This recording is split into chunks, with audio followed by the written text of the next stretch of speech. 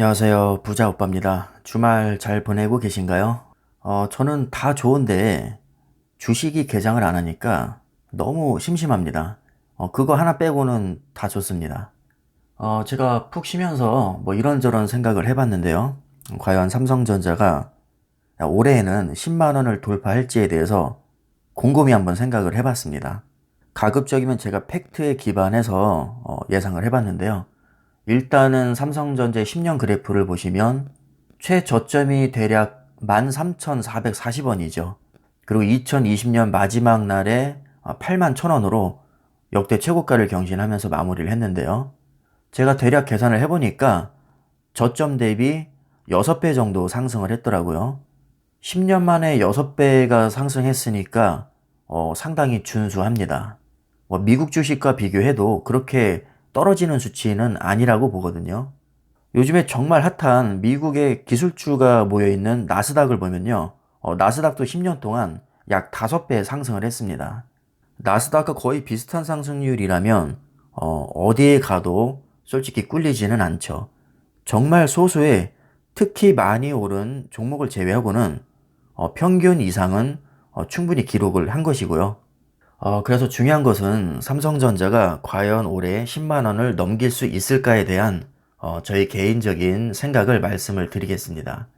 자, 현재가가 8만 1,000원이죠. 제가 계산을 해봤더니 24%만 오르면 10만 원을 돌파합니다.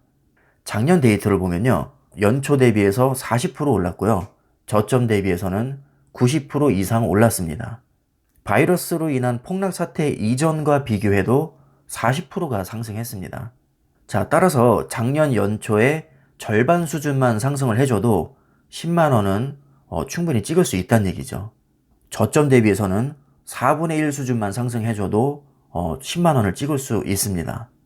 솔직히 이 정도면 국뽕도 아니고 오바도 아닙니다. 충분히 보수적으로 잡은 것이고요.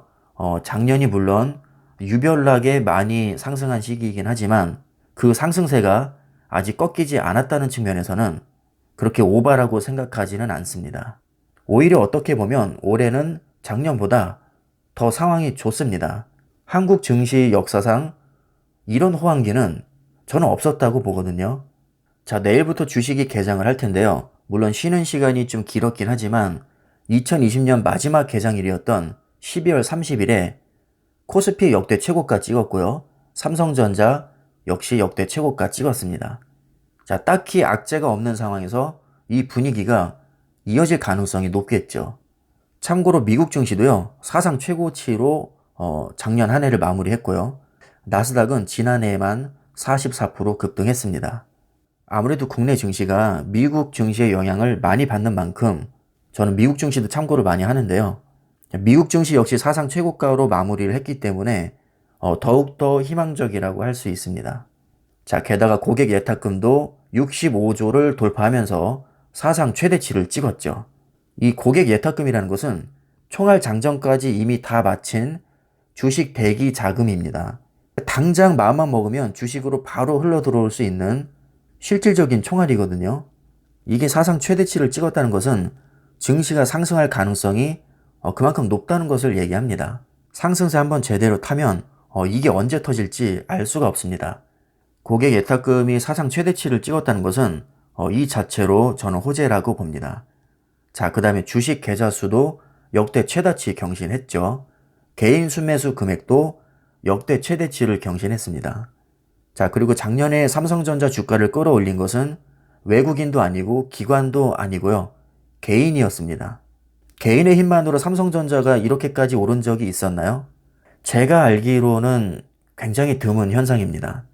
대부분 외국인에 의해서 좌우됐지 개인이 이렇게까지 큰 영향력을 행사한 적은 거의 없었습니다.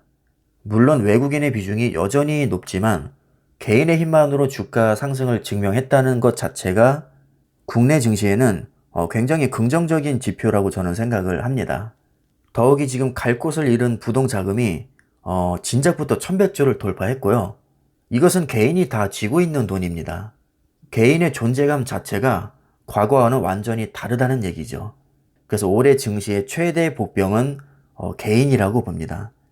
개인이 다시 한번 작년에 이어서 어마어마한 영향력을 보여줄지, 주가를 개인의 힘만으로 또 상승시켜 줄지 저는 정말 많은 기대를 하고 있습니다.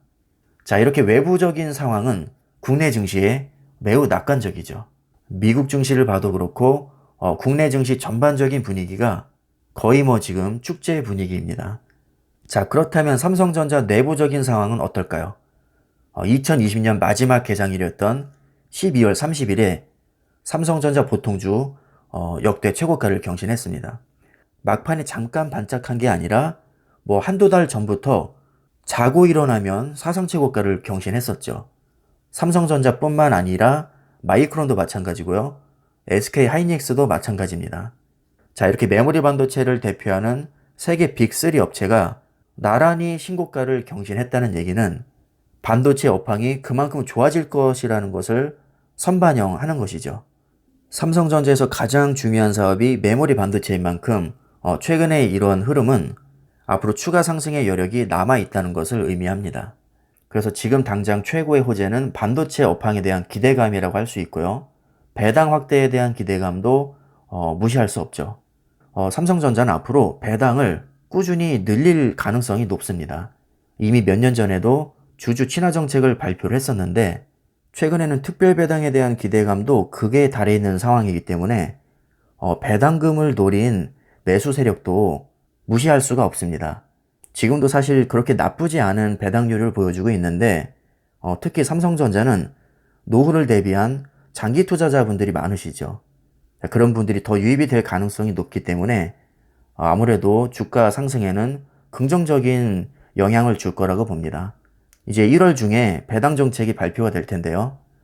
이때 특별 배당에 대한 언급도 아마 있을 겁니다. 그리고 최근에 NXP 반도체 인수 가능성에 대해서도 언급이 되고 있는데요. 사실 이 얘기는 몇 년 전부터 지속적으로 나왔던 얘기입니다. NXP 반도체는 차량용 반도체에서 세계 1위를 하고 있는 업체이기 때문에 삼성전자에게 굉장히 필요한 기업입니다. 몇 가지 근거를 들자면요. 삼성에서 4년 전에 하만을 인수했죠. 하만은 자동차 전장 사업을 하고 있는 업체고요. 이미 인수할 때 당시부터 세계 1위 업체였습니다. 그리고 삼성 SDI에서는 전기차 배터리 사업을 하고 있죠. 그리고 삼성전자에서도 엑시노스 오토라는 차량용 반도체를 이미 만들고 있습니다. 그렇게 점유율이 높거나 두각을 나타내고 있지는 못하지만 모바일 AP 사업 못지않게 이 차량용 반도체 사업에서도 공을 굉장히 많이 들이고 있습니다. 그리고 삼성전자에서 미래 성장 동력으로 제시한 사업 중에 하나가 자동차 전장 사업이었거든요. 이렇게 공식적으로 자동차 전장 사업을 미래 먹거리로 선점한 사업입니다. 이미 차량용 반도체에서 세계 1위를 하고 있고 폭넓은 고객을 확보하고 있는 이 NXP 반도체를 인수하게 되면 삼성으로서 얻는 득은 굉장히 클 거라고 봅니다. 물론 몸값이 아주 비싸긴 하지만 약 50조 정도로 예상이 되는데요. 삼성전자가 돈이 없는 기업이 아니죠. 이미 현금을 110조를 보유하고 있기 때문에 마음만 먹으면 인수는 얼마든지 가능합니다.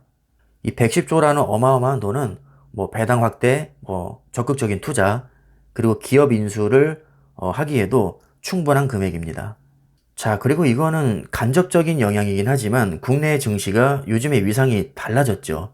특히 2차전지 관련주인 삼성 SDI와 LG화학, 그리고 언택트 관련주인 네이버 카카오, 전기차 관련주인 현대차, 요즘 너무 잘 나가고 있죠. 불과 1, 2년 전에 비해서도 뭔가 재평가를 받는 느낌이 듭니다.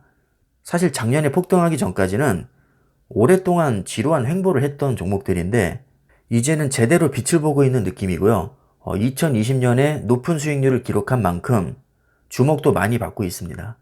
아무래도 하고 있는 사업들이 미래지향적인 사업이다 보니까 단기간 상승에 그칠 것 같진 않고요. 작년을 기점으로 해서 본격적인 상승 국면에 접어들지 않을까, 그런 예측도 충분히 할 수 있죠. 자, 이렇게 우량 기업이 많을수록 국내 증시로 자금이 유입될 가능성이 높은 것은 너무나도 당연한 거죠.